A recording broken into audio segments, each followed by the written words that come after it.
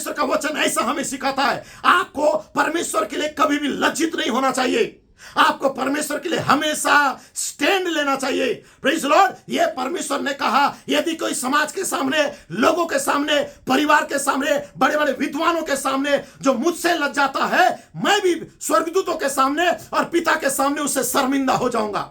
लेकिन परमेश्वर के जो जन होते हैं वो किसी के सामने शर्मिंदा नहीं होंगे। अन्य जाति दोस्त के सामने हो, कॉलेज फ्रेंड के सामने हो, अपने काम करने वाले कलीग्स के सामने हो, और कभी शर्मिंदा नहीं होंगे।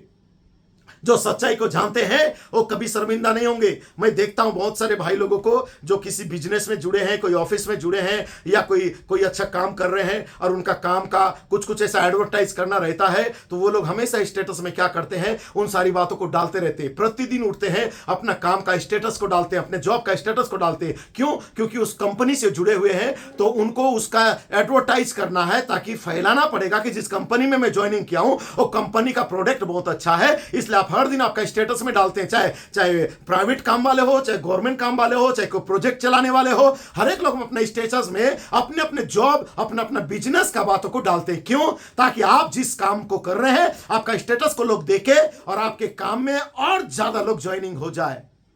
जितना आप ईमानदार अपने काम के लिए हो, अपना स्टेटस डाल के बताना चाहते हो कि मैं जिस कंपनी में ज्वाइनिंग लिया हूं वो मेरे लिए इतना फायदेमंद है, तुम भी जुड़ जाओ, इसके द्वारा तुम एडवर्टाइज करते हो, उतना ही ज्यादा तुम्हें शर्मिंदा नहीं होना चाहिए। अपना स्टेटस में यीशु मसीह का संदेश डालने के लिए, कोर्स डालने के लिए, प्रॉफिट का मैसेज डालने के लिए, मिनिस्ट्री का कोर्स डालने के लिए शर्मिंदा नहीं होना चाहिए। तुम्हें बताना चाहिए कि जो प्रकाशन को हमने पाया है, ये प्रकाशन ये है क्योंकि उसके लिए आपके पास एक दर्शन है।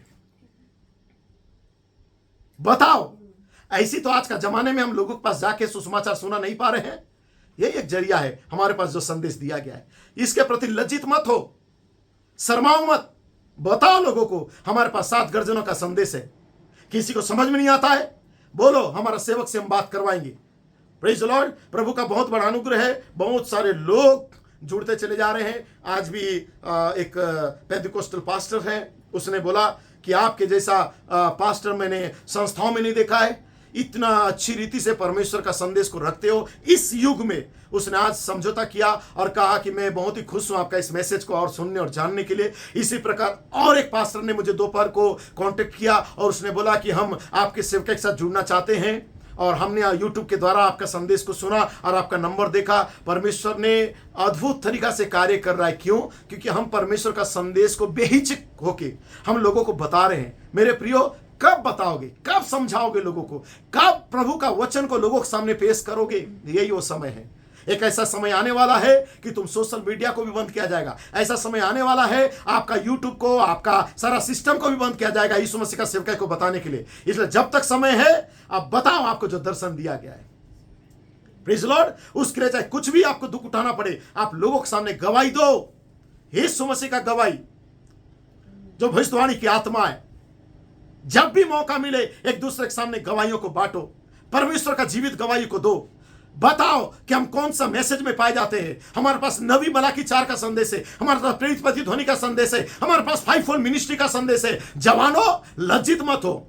एक दूसरे का जाके जो स्नैपचैट के अंदर आप अपना जो सोशल मीडिया में आप अपने फोटो को जितना शेयर करते हो, उससे ज्यादा आप बाइबल का वर्स को शेयर करो।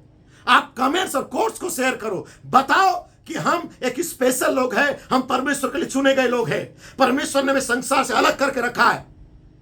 और ये तब कर पाओगे जब आपके पास एक क्लियर विजन होगा, आपके पास एक दर्शन होगा, आपके हृदय के अंदर बोझ होगा, आपके अंदर व्याकुलता होगा। जब परमेश्वर आपको बपतिस्मा के समय बुलाया था, आप समाज और जातियों में पाए जाते थे। उस समय जब परमेश्वर आपके फर्स्ट कॉलिंग किया, पहली बुलाहट को दिया, उस समय आप इतना नम्र थे, इतना दीन थे, इतना सिंसियर ईमानदार थे कि आपने संदेश की बुलाहट को सुना और उसको उकाब की बच्चे के समान आपने मुर्गियों का झुंड को छोड़ दिया और किसी का परवाह नहीं किया। हम निकल आए।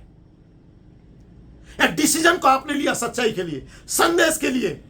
आज भी वही चाहिए आपके लिए, वही जलन, वही जोश, वही बेदारी, वही भक्ति, वही सेवा, वही परमेश्वर के लिए लगन। चाहे एल्डर हो, पास्टर हो, डीकन हो, सॉन्ग लीडर हो, संडे स्कूल स्टाफ हो या कोई भी बिलीवर की ना हो, जो जलन आपको बपतिस्मा के समय परमेश्वर के लिए था, वो जलन आज भी होना है। जो व्याकुलता था आज भी होना है। जो भूख था वो आज आज भी होना है। जो परमेश्वर के लिए आपके अंदर प्यास था वो आज भी होना है, क्योंकि तेरा शुरू से तेरा अंत भला होना चाहिए। क्योंकि ऐसा समय आ रहा है कि परमेश्वर के चुने हुए भी इस संसार में हो सकता है बैकस्लाइड हो जाएंगे, लेकिन मैं विश्वास करता हूं परमेश्वर आपको कभी भी बैकस्लाइड होने नहीं देगा। परमेश्वर कभी भी आपको दूर जाने नहीं देगा। परमेश्वर आपको एक दर्शन दिया है, यदि दर्शन नहीं है आंधी तूफान आएगा, आप बैकस्लाइड हो जाएंगे। मैं एक छोटा सा उदाहरण देना चाहता हूं पौलुस का, जो राजा अग्रिप्पा के सामने जो